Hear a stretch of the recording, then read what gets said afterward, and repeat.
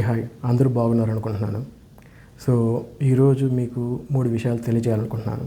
ఒకటి వచ్చి India Pakistan and రెండోది వచ్చి రేపు జరగబోయేటటువంటి సివిల్ డిఫెన్స్ మాక్ డ్రిల్, మూడోది వచ్చి యుఎన్ఎస్సి గురించి.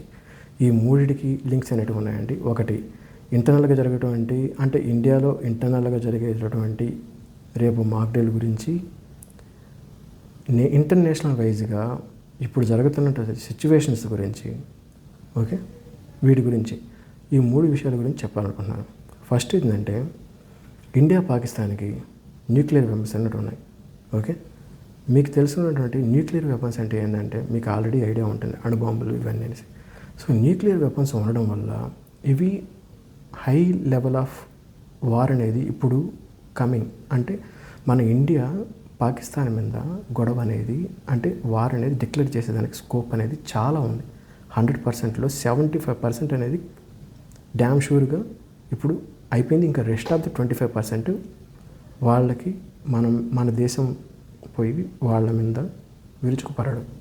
ఓకే, దీంట్లో విషయం ఏంటంటే 4 డేస్లో మనం కానీ వార్ డిక్లేర్ చేసిన తర్వాత 4 డేస్లో పాకిస్తాన్ అనేది ఇదైపోతుంది. కానీ విషయం ఏంటంటే బ్యాక్ ఎండ్ వచ్చి చైనా ఉంది. ఓకే, ఎవరికి సపోర్ట్గా? పాకిస్తాన్కి సపోర్ట్గా. ఓకే, అందుకనే ఇప్పటి వరకు ఎంత జరుగుతున్నటువంటి విషయంలో కూడా ఒక్క పాయింట్ కూడా చైనా అనేది చెప్పాల. ఎందుకు చెప్పలేదంటే బాగా గుర్తుపెట్టుకోండి, మనకు స్వాతంత్రం అనేది 1947లో ఆగస్టు 15న వచ్చింది. అదే పాకిస్తాన్ కూడా ఆగస్టు 14th 1947లో వచ్చింది. సేమ్ విడిపోయినాయి. కానీ విషయం ఏంటంటే 1947-48లోనే ఫస్ట్ వార్ అనేది మనకి పాకిస్తాన్కి జరిగింది. దాని తర్వాత బాగా గమనించండి, దాని తర్వాత పాకిస్తాన్ బంగ్లాదేశ్ మీద, ఓకే, అది ఈస్ట్ పాకిస్తాన్, వెస్ట్ పాకిస్తాన్.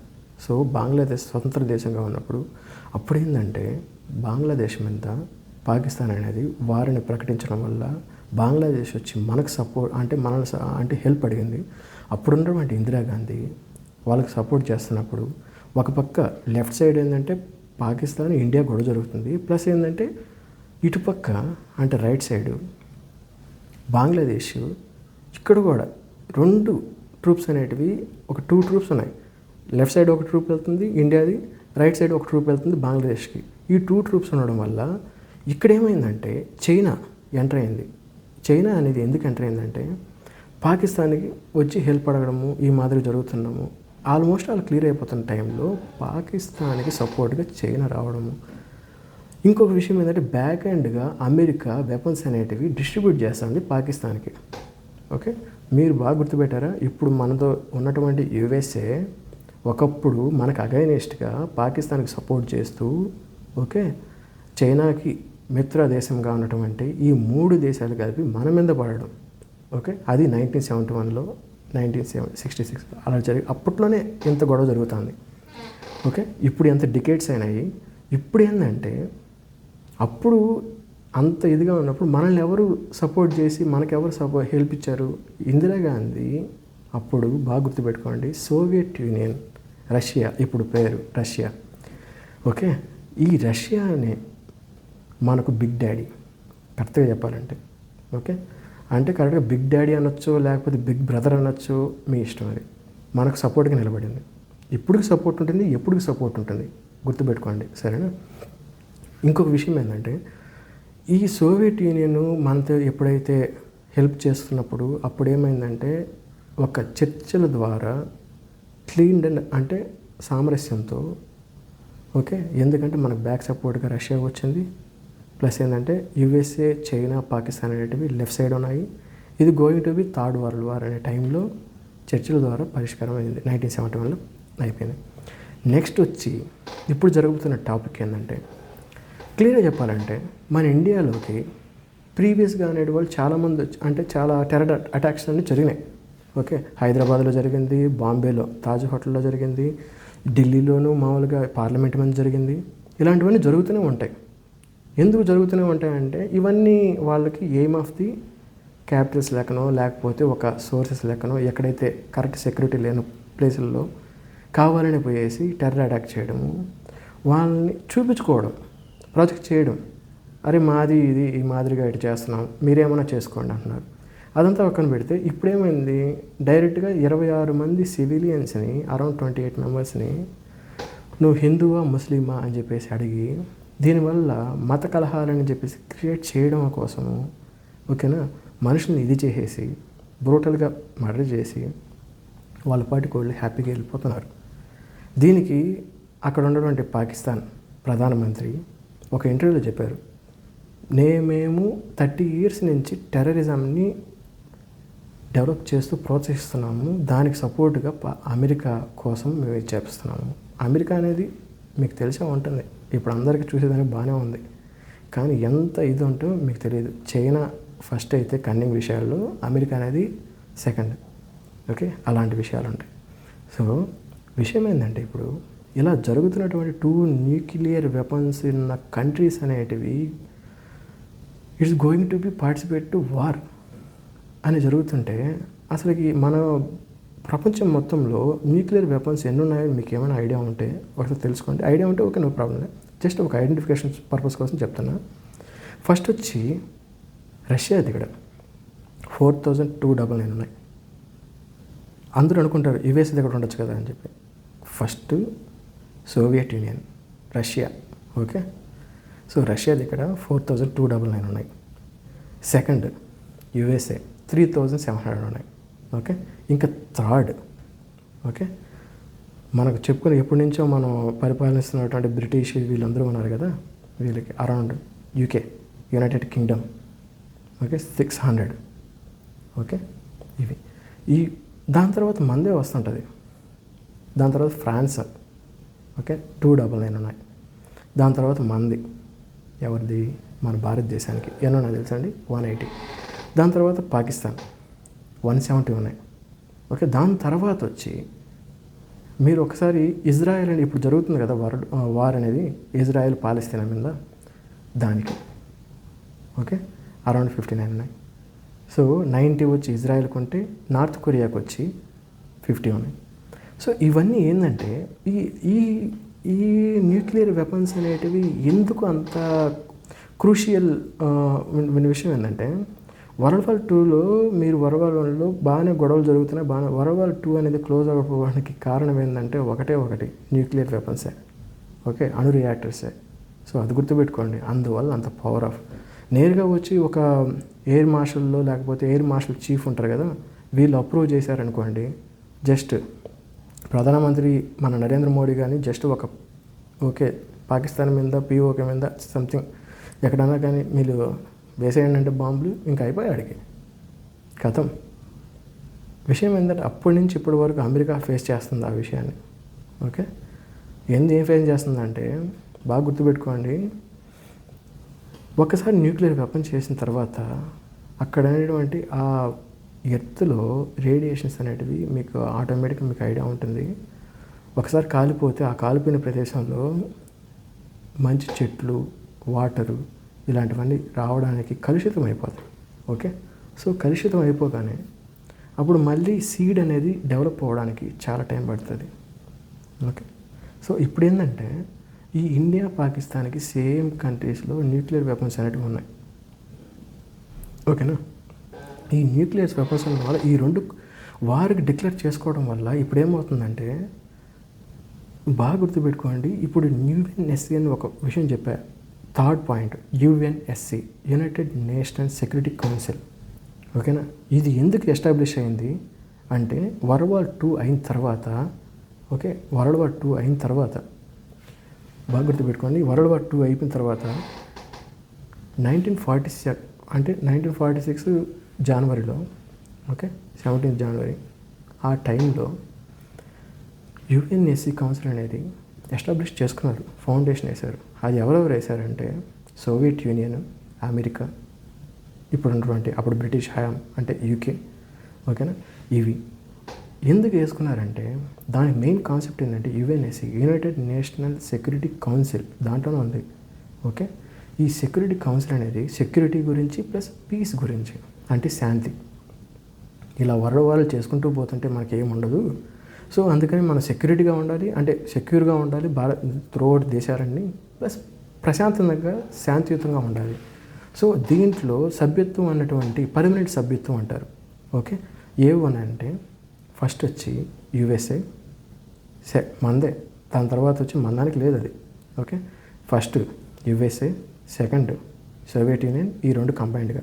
దాని తర్వాత యునైటెడ్ కింగ్డమ్ అంటే బ్రిటిష్ హయామ్స్, UK, ఇప్పుడు ప్రెసిడెంట్ లండన్ ఇవన్నీ. దాని తర్వాత వచ్చి చైనా, ఫ్రాన్స్, ఇవి. సో ఈ యూరోపియన్ కంట్రీసు, వెస్ట్ కంట్రీసు, మళ్ళీ వచ్చి సోవియట్ యూనియన్, మళ్ళీ వచ్చి చైనా, ఓకే, కమ్యూనిజం కంట్రీసు, ఇవన్నీ ఏంటంటే 5. ఈ 5 ఏదన్నా త్రూఅవుట్ వరల్డ్లో గొడవలు జరుగుతున్నటువంటి ప్రదేశాలలో లేదా గొడవలకు పోతున్నటువంటి, ఓకే, ఇలాంటి గొడవలు పోతున్నటువంటి దేశాలకి ఇవన్నీ ఏంటంటే ఒక మీడియేటర్ లాగా ఉంటూ గొడవలకు జరగకుండా ఉండేదానికి వాళ్ళకున్నంత పాజిటివ్తో, అంటే పాజిటివ్ వేలో, అంటే సయోధ్య అంటారు. ఓకే, చర్చల ద్వారా సయోధ్య చేయడము, ఓకే, ఇలాంటివన్నీ ఏంటంటే ఇప్పుడు 1 to 1 గొడవలు పడడం వేరే, లేదా ప్రాంతం కోసం గొడవ పడడం వేరే, దేశాలు గొడవ పడడం వేరే. సింపుల్గా మన భాషలో చెప్పాలంటే 1 to 1 ఒక మనిషి గొడవ పడుతున్నాడంటే వాడికి అగైనిస్ట్గానే ఏదైనా జరుగుంటేనే గొడవ పడతారు. ఓకే, సేమ్ అలానే మన ఇండియాకి పాకిస్తాన్ అనేది అగైనిస్ట్గా చేశారు. పాకిస్తాన్ వాళ్ళు వచ్చి మనకి ఇవాళ చేశారు కాబట్టి మనం కామ్గా ఉండం. మన ఇంట్లోకి ఎవడన్నా వస్తే మీరు కామ్గా ఉంటావా? కామ్గా ఉండం. ఓకే, సో అలాగనే మనకి ఎవరు సపోర్ట్ వస్తారు? ఇప్పుడు సపోజ్ కాలేజీ పిల్లలు లేకపోతే ఎవరన్నా కానీ సంథింగ్ గొడవలు పడుతుంటే ఎవరైనా కానీ మనం ఆలోచిస్తాం, యారే మనకి ఎవరు బ్యాక్ సైడ్ ఉన్నారు, మనకి ఎవరెవరు సపోర్ట్ వస్తారు, ఎవరెవరు రారు అనేది మీకు తెలిసిపోద్ది. సో అలాగనే మనకు సపోర్ట్ వచ్చేది రష్యా, ఓకే, ఫిక్స్డ్. అది ఇజ్రాయెల్ ఫిక్స్. ఓకే, ఈ 2 కంట్రీస్ నువ్వెంతనా చేయను, ఏమైనా చేయను. ఓకేనా, ఈ 2 కంట్రీస్ అనేవి మనకి బ్యాక్ సపోర్ట్ అంతే, ఇంకేం లేదు. కానీ పాకిస్తాన్కి వెనకాల ఎవరెవరు ఉన్నారు? చైనా, ఆర్టిలరీ అంటే డిఫెన్స్ సరుకులు అనేటువంటి ఇస్తున్నటువంటి ఆర్టిలరీస్ అనేటివి అమెరికా. అది ఉన్న ఫ్యాక్ట్. అది ఏదో అప్పుడు మీకు గుర్తుపట్టారంటే ట్విన్ టవర్స్ని కూల్ చేసినప్పుడు ఒసామా బిన్ లాడెన్తో ఇది జరగడం వల్ల, అతను పాకిస్తాన్లో ఉండడం వల్ల ఏదో ఇది జరిగింది. కానీ అమెరికా అనేది డబ్బులు విధంగా, అంటే మనీ ఇవ్వడము ప్లస్ ఏంటంటే డబ్బులు ఇచ్చడం కాకుండా డిఫెన్స్ సరుకులు కూడా, అంటే డిఫెన్స్ సరుకులు అనేటివి ఆర్టిలరీస్ ఇవన్నీ, ఓకేనా, అది మనకు సప్లై చేస్తుంది ఎవరెవరు అంటే రష్యా వాళ్ళు, రష్యా కంట్రీ, మన బిగ్ డాడీ వీళ్ళు, ప్లస్ ఏంటంటే ఇజ్రాయెల్ టెక్నాలజీ పరంగా, ఈ 2.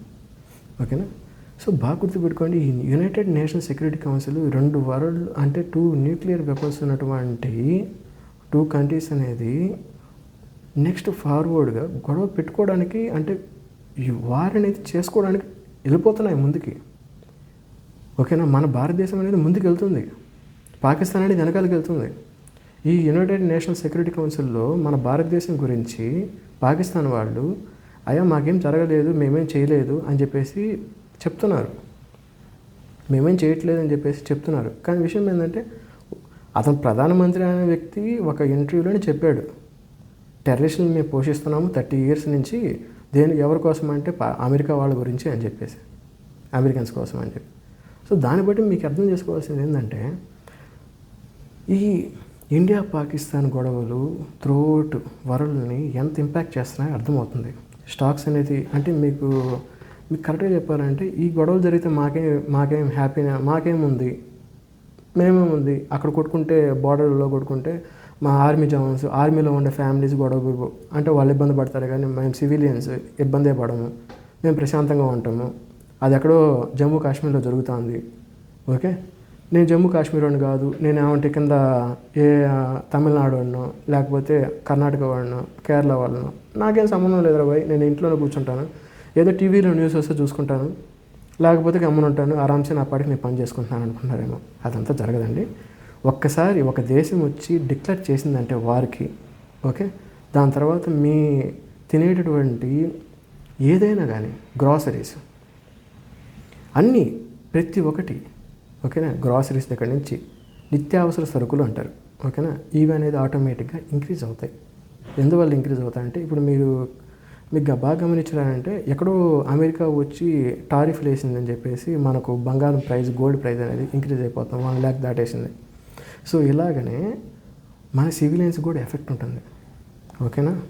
ఈ సివిలియన్స్ కూడా ఎఫెక్ట్ అంటే ఇప్పుడు పాకిస్తాన్ వాడు ఒక విమానం తీసుకొని వచ్చి ఒక న్యూక్లియర్ వెపన్ దాంట్లో ఇన్సెట్ చేసి జస్ట్ నేరుగానే ఎక్కడో దగ్గర వేసేసాడంటే భారతదేశంలో ఉన్న ప్లేసెస్లో, అప్పుడు మీరు ఎక్కడ పోయి దాక్కుంటారు?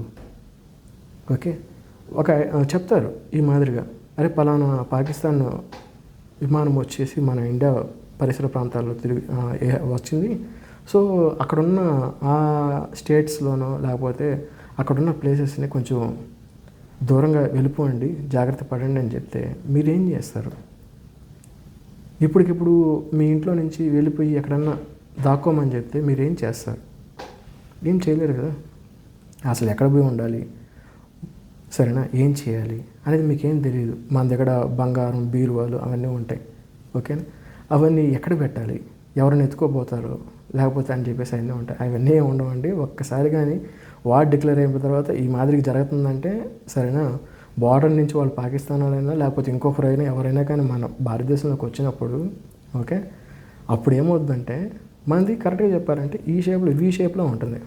వి షేప్ పైన చుట్టూ 3 వంతులు, 3 వంతులు వచ్చి వాటర్ ఉంటుంది.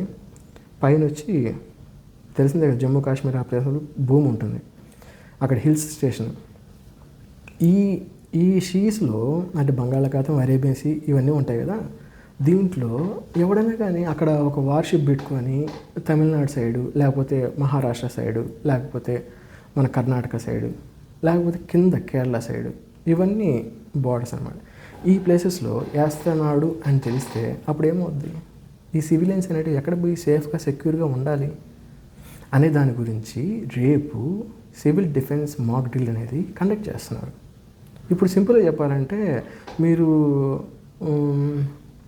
అంటే మీ చిన్నపిల్లలు ఇళ్ళల్లో ఉంటే వాళ్ళ స్కూల్స్లో మీకు కండక్ట్ చేస్తుంటారు అగ్ని మాపక సంబంధించిన ఒక దినోత్సవం అని చెప్పేసి. అంటే ఎవరన్నా కానీ ఎక్కడైనా ఫైర్ యాక్సిడెంట్ అనేది జరిగినప్పుడు ఎలాగ ప్రికాషన్స్ తీసుకోవాలి అని చెప్పేసి ఒక మాక్ డ్రిల్ అనేది చేస్తుంటారు. మీకు గుర్తుందా? ఎక్కడైనా చూస్తుంటారు మీరు చాలామంది. ఓకే, త్రూఅవుట్ మాల్స్లో కానీ స్కూల్స్లో కానీ ఓకే కండక్ట్ చేస్తుంటారు. లేదా మీరు గమనించారంటే బాగా సింపుల్గా ఎవ్రీ ఇయర్ ఫ్లడ్స్ జరుగుతూ ఉంటాయి. ఓకే, ఫ్లడ్స్ అనేది ఎక్కడ జరుగుతుంటాయి? మోస్ట్లీ సీ కోస్టల్స్లో జరుగుతుంటాయి. అంటే సముద్రం అంచున్నటువంటి ప్రాంతాల్లో ఎక్కువ జరుగుతుంటాయి. ఇక్కడ పాపం మీరు గమనించారంటే ఈ సీ ఏరియాస్లో బతికేటటువంటి అంటే జీవనం చేసేటటువంటి అక్కడ ఉండే మనుషులు ఏం చేస్తారంటే ఒక 6 నెలలు 7 నెలలు బాగానే ఉంటుంది, కానీ ఎప్పుడైతే రైన్ సీజన్ స్టార్ట్ అయినప్పుడు వాళ్ళని జాగ్రత్త పరుస్తారు కలెక్టర్స్. ఓకే, కలెక్టర్స్ ఫస్ట్ ఏంటంటే కలెక్టర్స్ ఎందుకు జాగ్రత్త పరుస్తారంటే అక్కడ ప్రదేశంలో ఉండకూడదు, దయచేసి మీరు నియర్ బై ఉన్నటువంటి స్కూల్స్లోనో మీకు సంథింగ్ అలాకేట్ చేస్తుంటారు, ఓకే, అక్కడ పోయి తలదాచుకోండి అని చెప్పేసి చెప్తారు. వాళ్ళు ఏం చేస్తారు, ఆ టైమ్ ఆఫ్ పీరియడ్లో వాళ్ళు పోయి అక్కడ తలదాచుకుంటారు. సేమ్ అలానే ఒక వార్ డిక్లేర్ చేసిన తర్వాత ఇలాగ మాక్ డ్రిల్ అనేది కండక్ట్ చేస్తున్నారు రేపు. అది ఎందుకు కండక్ట్ చేస్తున్నారంటే 1971 రేపు 7th May same mock drill అనేది అప్పట్లో ఇందిరాగాంధీ టైంలో అప్పుడు చేశారు. దాని తర్వాత ఈ 2025లో ఇప్పుడు చేస్తున్నారు. ఓకే, వీళ్ళకి ఈ సివిల్ మాక్ డ్రిల్లో ఎవరెవరు పార్టిసిపేట్ చేస్తారంటే ఎవ్రీ స్టేట్స్, మనకు ఉన్నటువంటి 28 స్టేట్స్, భారతదేశంలో 28 స్టేట్స్ ఉన్నాయి, 8 యూనియన్ టెరిటరీస్ ఉన్నాయి. ఓకే, ఏమేమి ఉన్నాయా యూనియన్ టెరిటరీస్ అంటే లక్షద్వీప్, లడక్, జమ్మూ అండ్ కాశ్మీర్, డామన్ డయ్యూ, ఓకేనా, ఇవన్నీ ఈ ప్రదేశాలలో అంటే మిగతా ఉన్నాయి. ఈ ప్రదేశాలలో ఈ మొత్తం త్రోవట్లో జాగ్రత్త కోసం అంటే సివిలియన్స్ కాపాడు కోసం మీకు ఇలాంటివన్నీ జరిగినప్పుడు మీరు తలదాచుకోవడానికి మీరు ఎక్కడెక్కడ ఉండాలి, ఏ విధంగా ఉండాలి, ఏమేమి అంటే గ్రాసరీస్ అనేవి ఏమేమి పట్టుకొని వెళ్ళాలి, సరేనా, ఈ సేఫ్ ప్రికాషన్స్ అనేటివి ఎవరు కండక్ట్ చేస్తారంటే రేపు 28 స్టేట్స్లో జరుగుతుంది. ఓకేనా, సో ఇది ఎక్కడి నుంచి వచ్చింది? ప్రధానమంత్రి నరేంద్ర మోడీ గారు. ఓకే, ఆయన చెప్పారు, ఒక అనౌన్స్మెంట్ చేశారు. దయచేసి జాగ్రత్తగా ఉండండి అని చెప్పేసి. ఓకేనా? అంటే ముందుగానే, అంటే ముందు చూపు అంటారు కదా, సో అలాగా. సో వీళ్ళల్లో ఎక్కువగా బాగా గమనించారంటే ఫస్ట్ స్టేట్ వైజ్గా వస్తుంది. స్టేట్లో ఎవరెవరు మనకు near by collectors, okay, district collectors అనేది మెయిన్ పార్టిసిపేట్ చేయాలి. డిస్ట్రిక్ట్ కలెక్టర్స్ వాళ్ళ కింద ఉన్నటువంటి ఎంఆర్ఓస్, వీళ్ళందరూ gazetted officers, authorised government employees, దాని తర్వాత అన్ఆథరైజ్డ్ అంటే మీకు వాలంటీర్స్ లెక్కన మీకు మీరే స్వతహాగా పోయేసి మేము పార్టిసిపేట్ చేస్తామని చెప్పి, ఓకే, సివిలియన్స్ని ఎలాగా అవేర్నెస్ అనేది తీసుకురావాలని చెప్పేసి ఇది. దాని తర్వాత national cadet corps, NCC, NSS, okay, వీళ్ళు మళ్ళీ హోమ్ గార్డ్స్, పోలీస్ డిపార్ట్మెంట్, ఓకేనా, మళ్ళీ రెవెన్యూ డిపార్ట్మెంట్, ప్రతి ఒక్క గవర్నమెంట్ డిపార్ట్మెంట్ అనేది వాళ్ళ పరిసర ప్రాంతాల్లో ఉన్నటువంటి ప్రజల్ని అవేర్నెస్ చేయడము ఈ 28 స్టేట్స్ యొక్క మెయిన్ అవేర్నెస్ అనేది క్రియేట్ చేయాలని చెప్పేసి, జాగ్రత్త పరచాలని చెప్పి రేపు మాక్ డ్రిల్ అనేది చేస్తున్నారు. ఇది సివిల్ మాక్ డ్రిల్ యొక్క పరిస్థితి. ఈ 3 కవర్స్లో ఫస్ట్ ఇండియన్ పాకిస్తాన్ గురించి స్టార్టింగ్ టు ఎండింగ్, అంటే ప్రజెంట్ ఉన్న సిచ్యువేషను, రేపు జరగబోతున్న విషయము అంటే civil mock drill. Third UNSC, ఓకేనా, ఈ యుఎన్ఎస్సిలో ఏ విధంగా మనం గొడవ పడుతుంటే, ఈ న్యూక్లియర్ వెపన్స్ ఉన్న కంట్రీస్ ఎలా గొడవ పడుతుంటే, ఓకేనా, ఈ గొడవ పడుతుంటే ఎలాగ సయోధ్య చేయాలి, ఏ విధంగా వీళ్ళని కొంచెం అంటే అణచాలని కాదు కానీ సయోధ్య అంటే మధ్యవర్తిత్వంగా నిలబడాలి, ఈ దీనికి పరిష్కారం ఏంటి, ఒక సొల్యూషన్ ఏంటి అని చెప్పేసి. ఈ న్యూయార్క్ సిటీలో నిన్న ఏం జరిగిందంటే ఈ యుఎన్ఎస్సి కౌన్సిల్ డోర్ క్లోజ్ చేసేసి, ఓకేనా, డోర్ క్లోజ్ చేసి సీక్రెట్గా ఈ యుఎన్ఎస్సి కౌన్సిల్ అనేది కండక్ట్ చేశారు. ఓకేనా, ఒక యుఎన్ఎస్సి కౌన్సిల్ అంటే మామూలు విషయం కాదండి. ఓకేనా, ఏదో 4 మూలలుగా దేశాలు డోర్ క్లోజ్ చేసుకొని మన ఇండియా పాకిస్తాన్ జరగబోయేటటువంటి ఈ వార్ గురించి ఎలాంటి పరిష్కారాలు చేసుకోవాలి, ఒకవేళ ఇవి గొడవ పట్టి అంటే నెక్స్ట్ ఫార్వర్డ్గా వెళ్ళిపోతే ఒక పక్క రష్యా ఇవన్నీ ఒక పక్క వెళ్ళిపోతాయి, రష్యా ఇజ్రాయెల్ ఇవన్నీ, ఓకేనా. ఇంకొక పక్క ఏంటంటే పాకిస్తాన్ సపోర్ట్ చేసేటువంటి కంట్రీస్ టర్కీ అయితే ఉంది, ఇప్పుడు ఆల్రెడీ టర్కీ వాళ్ళు మన సీలో పెట్టేశారు, ఓకేనా, ఏంది వార్షిప్ అనేది పెట్టినారు. సో ఇలాగ వెళ్తున్నది కదా. ఈ చైనా అనేది ఎప్పుడు ఏ విధంగా ప్లేట్ రాయిస్తుందో తెలియదు. మళ్ళీ యుఎస్ఏ వండేసి ఆర్టిలరీ అనేది సపోర్ట్ చేస్తుంది. అప్పుడు ఏమవుతుందంటే మళ్ళీ యథావిధిగా మళ్ళీ వరల్డ్ వారికి దారితీసే ప్రమాదం ఉంది, ఓకేనా. సో దానివల్ల ఏం చేయాలనే పరిష్కారం అనేది యుఎన్ఎస్సి కౌన్సిల్ అనేది చేస్తున్నారు, ఓకేనా. సో ఈ 3 టాపిక్స్ అనేది మీకు కవర్ చేశాను. మీకు ఏ విధంగా నచ్చితే ఓకే దెన్ ఫైన్, ఓకేనా. Happy, bye.